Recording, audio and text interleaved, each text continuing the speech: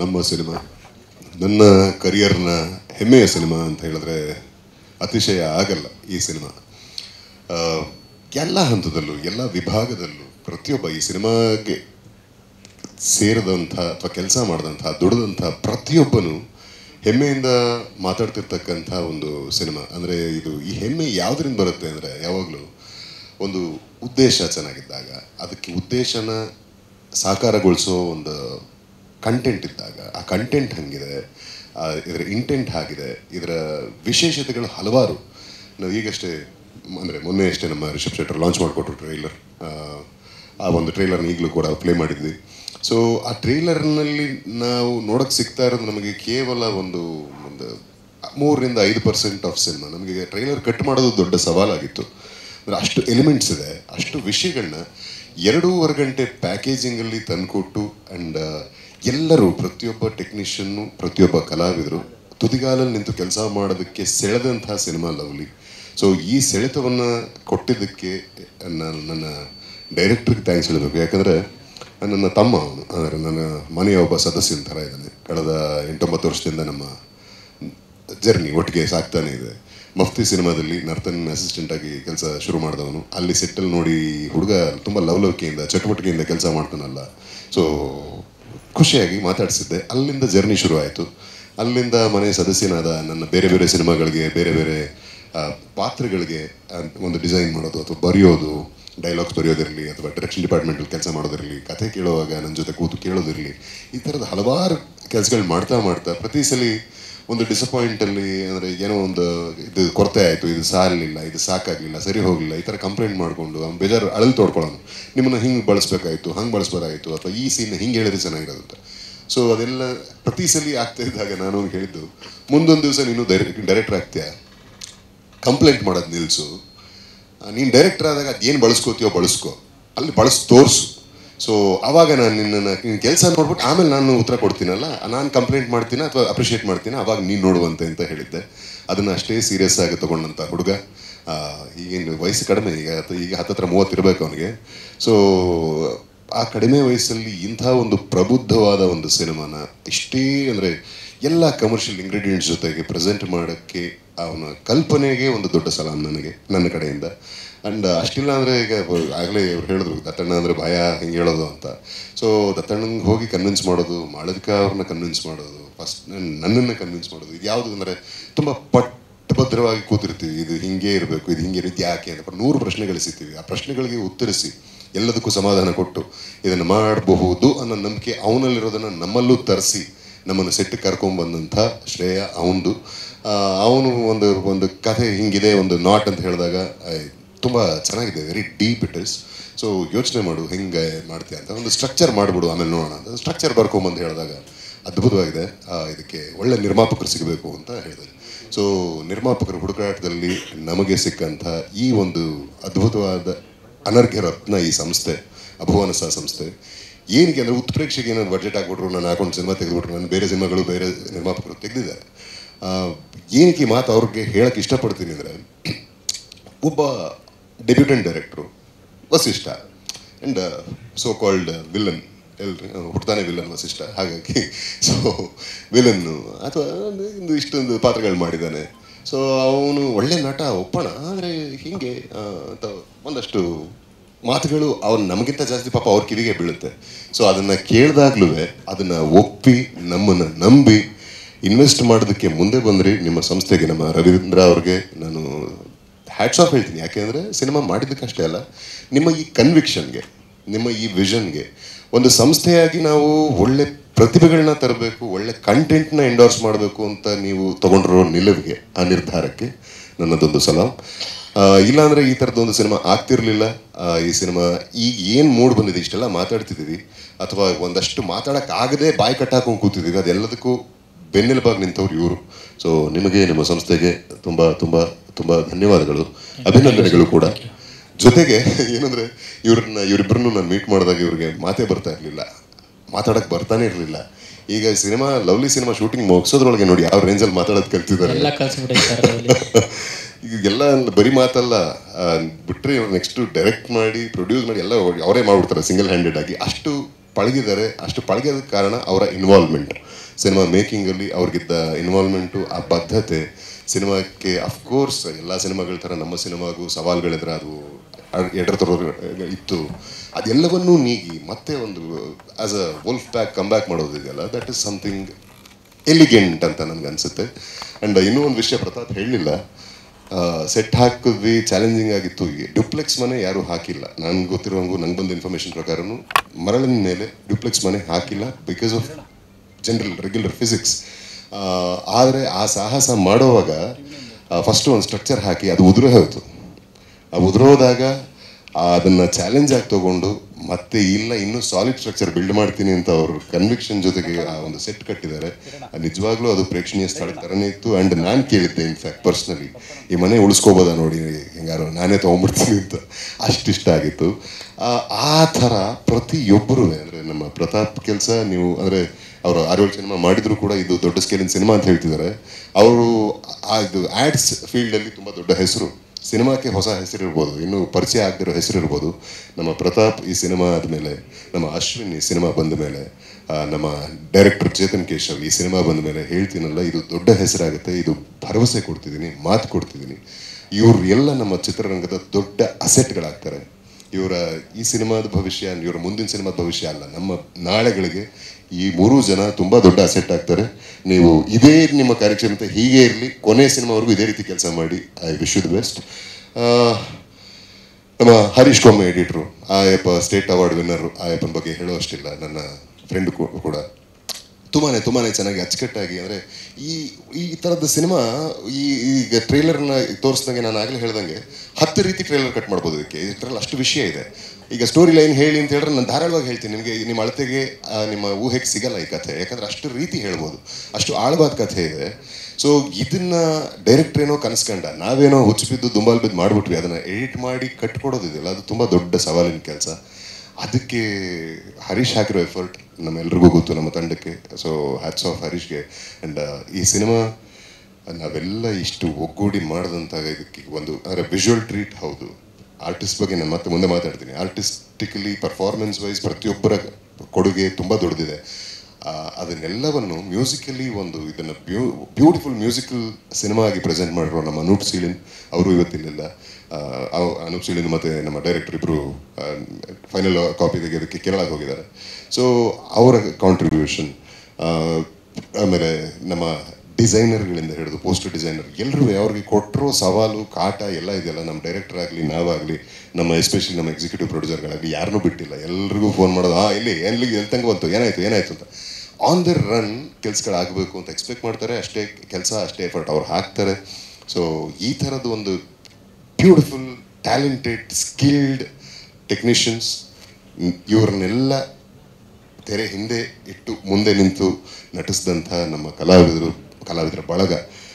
ದತ್ತಣ್ಣನಿಂದ ಶುರು ಮಾಡಿದ್ರೆ, ದತ್ತಣ್ಣ ನಮ್ಮೆಲ್ಲರಿಗೂ ಇಷ್ಟವಾದ ನಟ, ಗೊತ್ತು. ಅವ್ರ ಬಗ್ಗೆ ಮಾತಾಡೋಷ್ಟು ದೊಡ್ಡವರು ಅಥವಾ ಯೋಗ್ಯತೆ ನಮಗಿಲ್ಲ.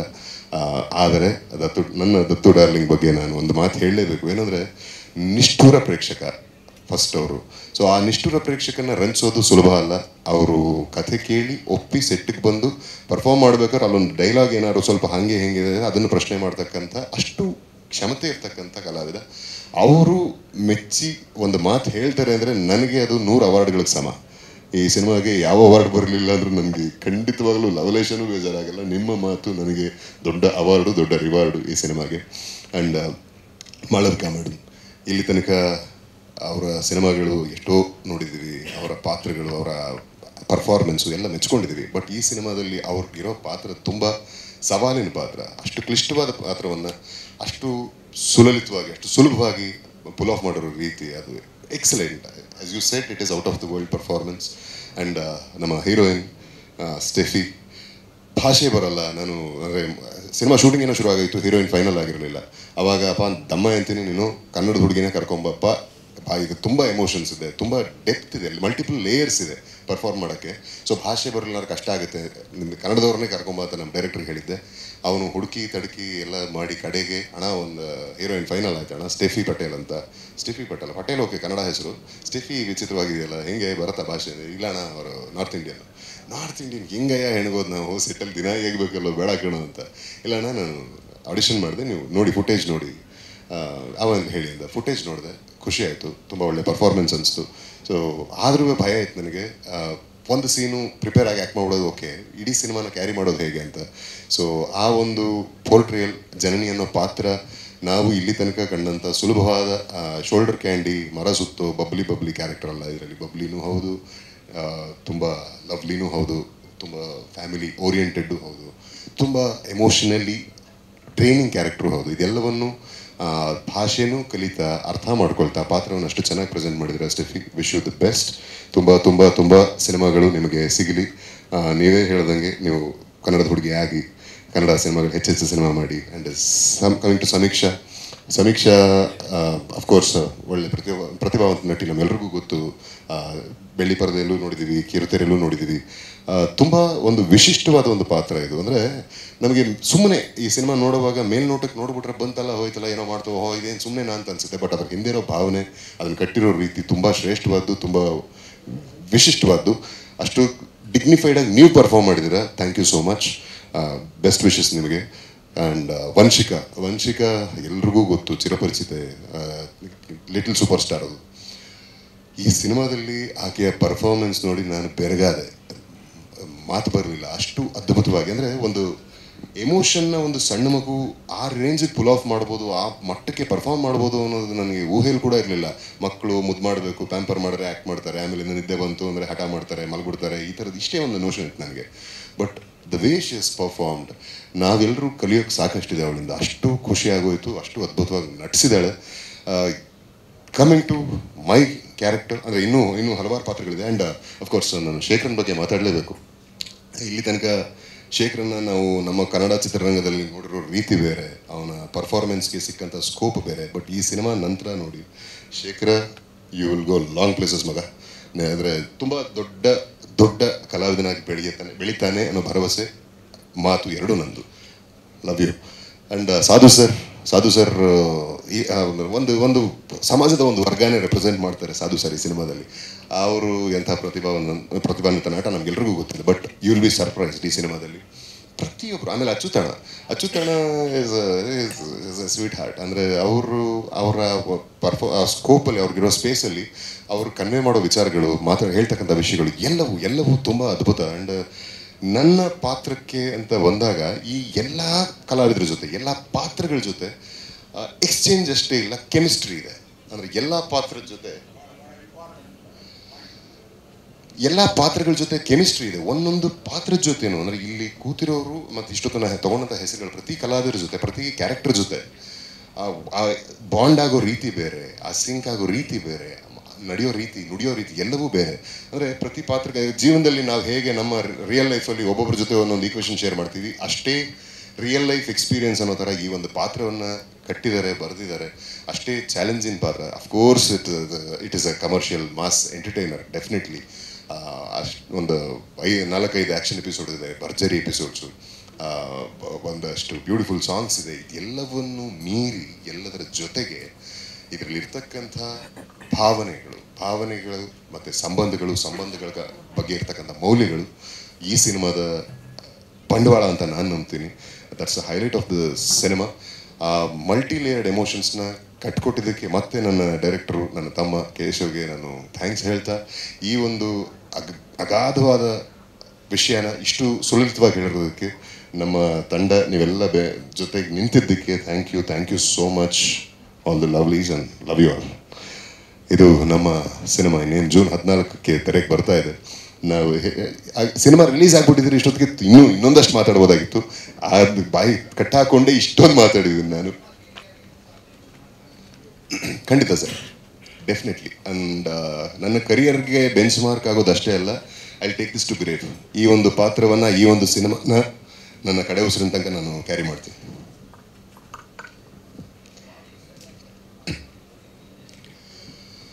ಡೆಫಿನೆಟ್ಲಿ ಲಾಜಿಕ್ ಇದೆ, ಡೆಫಿನೆಟ್ಲಿ ಕಮರ್ಷಿಯಲ್ ಲಿಬರ್ಟಿನೂ ತೊಗೊಂಡಿದ್ದೀವಿ. ಒಂದು ಏನಪ್ಪ ಅಂದರೆ, ಇದು ತುಂಬ ಒಂದು ಆಳವಾದ ವಿಷಯ ಇರ್ತಕ್ಕಂಥ ಕಥೆ. ಅಂದರೆ ಬೇಸ್ಡ್ ಆನ್ ಇನ್ಸ್ಪೈರ್ಡ್ ಸ್ಟೋರಿ ಅಂತ ಹಾಕಿದ್ದೀವಿ ನಾವು ಪೋಸ್ಟರಲ್ಲೇ. Inspired from true events happened in our society. ನಮ್ಮ ಸಮಾಜದಲ್ಲಿ ನಡೆದಂಥ ಹಲವು ಘಟನೆಗಳನ್ನ ಮೇಲೆ ಈ ಕಥೆಯನ್ನು ಕಟ್ಟಿರೋದು. ಆ ಆ ಕಥನಗಳನ್ನ ನಾವು ಪ್ರೆಸೆಂಟ್ ಮಾಡೋಕ್ಕೆ ಕೆಲವೊಂದಷ್ಟು ಜಾಗಗಳು ರಿಯಲಿಸ್ಟಿಕ್ ಲೊಕೇಶನ್, ಲೈವ್ ಲೊಕೇಶನ್ನಲ್ಲೇ ಶೂಟ್ ಮಾಡಿದ್ದೀವಿ. ಆ್ಯಂಡ್ ಬಾಕಿ ಒಂದಷ್ಟು ಲೈವ್ ಲೊಕೇಶನ್ ಅಚೀವ್ ಮಾಡೋಕ್ಕಾಗಲ್ಲ, ನನ್ನ ಸೆಟ್ ಹಾಕಿ ಬಟ್ ಅದೇ ರಿಯಲ್ ಲೊಕೇಶನ್ ಅಂತ ನಂಬೋ ರೀತಿ ನಮ್ಮ ಆರ್ಟ್ ಡೈರೆಕ್ಟರ್ ಸೆಟ್ ಹಾಕಿಬಿಟ್ಟಿದ್ದಾರೆ, ಅಲ್ಲಿ ಶೂಟ್ ಮಾಡಿದ್ದೀವಿ.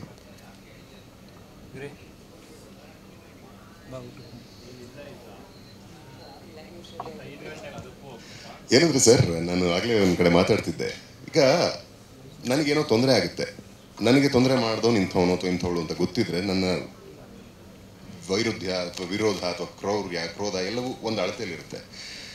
ನನಗೆ ತೊಂದರೆ ಆಗಿದೆ, ನಾನು ಸಫರ್ ಮಾಡ್ತಿದ್ದೀನಿ, ಬಟ್ ತೊಂದರೆ ಮಾಡಿದವ್ರು ಯಾರು ಅಂತ ಗೊತ್ತಿಲ್ಲ, ಯಾಕೆ ಅಂತ ಗೊತ್ತಿಲ್ಲ. ಬಟ್ ಆ ತೊಂದರೆಯಿಂದ I become a victim.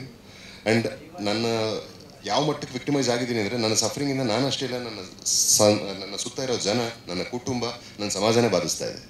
So ಹೀಗಿರ್ಬೇಕಾದ್ರೆ ನಾನು ಏನು ಮಾಡಬೇಕು? Exactly sir. ಈಗ ನನಗೆ ಗೊತ್ತೇ ಇಲ್ಲದೆ ನನಗೆ ಯಾರೋ ಮಾಡಿದ್ದು ತೊಂದರೆ ನನ್ನ ಮನೆ, ನನ್ನ ಸಮಾಜವನ್ನು ಡಿಸ್ಟರ್ಬ್ ಮಾಡ್ತಕ್ಕಂಥ ಮಟ್ಟಕ್ಕೆ ತೊಂದರೆ ಮಾಡಿದ್ದಾಗ ಔಟ್ರೇಜ್ ಹೇಗಿರುತ್ತೆ? ಆದರೆ ಒಂದು ಸಣ್ಣ ಪ್ರತಿರೂಪ ಅದು. ಅವನು ಬೆಂಕಿ ಹಚ್ಕೊಂಡಿದ್ದವನು ಚುಚ್ಚೋದು ಉದ್ದೇಶ, ಅದು ವೈಲೆನ್ಸ್ನ ವೈಭವೀಕರಣ ಅಲ್ಲ.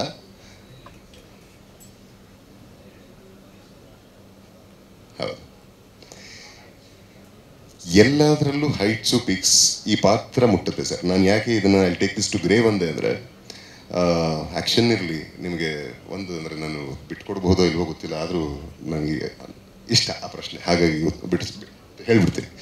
ಒಂದು ಸಿಂಗಲ್ ಶಾಟ್ ಫೈಟ್ ಇದೆ ಸರ್ ಸಿನಿಮಾದಲ್ಲಿ, ಸಿಂಗಲ್ ಶಾಟ್ಸ್ ಎಮೋಷ್ನಲ್ ಸೀಕ್ವೆನ್ಸ್ಗಳಿದೆ ಸರ್. ಈ ಪರ್ಟಿಕ್ಯುಲರ್ ಪೀಸಸ್ಗಳನ್ನ ನೀವು ಸಪ್ರೇಟಾಗಿ ನೀವು ತೊಗೊಂಡು ಕೂತ್ರುವೆ ಅದನ್ನು ಅದರ ಮೇಲೆ ಒಂದಷ್ಟು ಬರಿಬೋದು, ವ್ಯಾಖ್ಯಾನಿಸ್ಬೋದು. ಅಷ್ಟು ಒಳಾರ್ಥಗಳನ್ನ ಇಟ್ಕೊಂಡು, ಅಷ್ಟು ಅದಕ್ಕೆ ಗಟ್ಟಿ ಕಾರಣಗಳಿಟ್ಕೊಂಡು ಮಾಡಿರ್ತಕ್ಕಂಥ ಎಫರ್ಟ್ಗಳವು.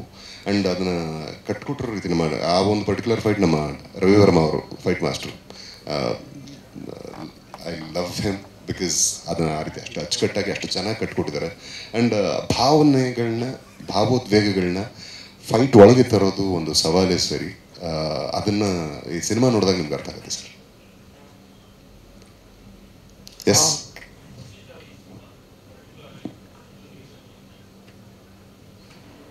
ನಾನು ಆಗಲೇ ಹೇಳ್ದಂಗೆ ಇದು ಬದುಕಿನ ಸಿನಿಮಾ, ಬದುಕಿಗೆ ಹತ್ತಿರವಾದಂಥ ಸಿನಿಮಾ. ಕೋರ್ ಎಲಿಮೆಂಟ್ ನನಗೆ ತುಂಬ ಕಾಡಿದ್ದು ಅಂದರೆ ಅದೇ ಪಾಯಿಂಟ್. I am ವಿಕ್ಟಿಮೈಸ್ಡ್. ನನಗೆ ಯಾಕೆ, ಹೇಗೆ, ಯಾರಿಂದ ಅಂತ ಗೊತ್ತು ಅಂದರೆ ಅದು ಒಂದು ಲೆಕ್ಕ.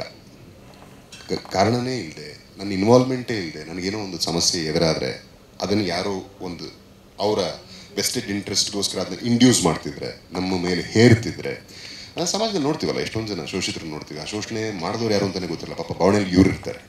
ಶೋಷಣೆಗೊಳಗಾಗೋದು ಒಂದು ಕಡೆ, ಆ ನಂತರದ ಭಾವನೆ ಇದೆಯಲ್ಲ, ಆ ಭಾವನೆ ನಾವು ನೋಡಲ್ಲ, ನಮಗೆ ನೋಡೋಕ್ಕೂ ಸಿಗಲ್ಲ. ಶೋಷಿತರು ಇವ್ರಿಗೆ ಆಯಿತು, ಇವ್ರಿಗೆ ಹಿಂಗೆ ತೊಂದರೆ ಆಯಿತು, ಆಗೋಯ್ತು. ಭಾವನೆ ಅವರು ಬದುಕಿನುದ್ದಕ್ಕೂ ಅನುಭವಿಸ್ತಾ ಇರ್ತಾರೆ. ಆ ಒಂದು ಭಾವನೆಯನ್ನು ಕೇಳೋರು ಇಲ್ಲ, ಕಾಡೋರು ಇಲ್ಲ, ಅಥವಾ ಅದಕ್ಕೆ ಜೊತೆಯಾಗಿ ನಿಲ್ಲೋರು ಇಲ್ಲ. ಅಂಥ ಕೆಲವು ಜೀವಗಳ ಒಂದು ರೆಪ್ರೆಸೆಂಟೇಟಿವ್ ಈ ಒಂದು ಕಥೆ ಆಗುತ್ತೆ, ಈ ಒಂದು ಪಾತ್ರವಾಗುತ್ತೆ.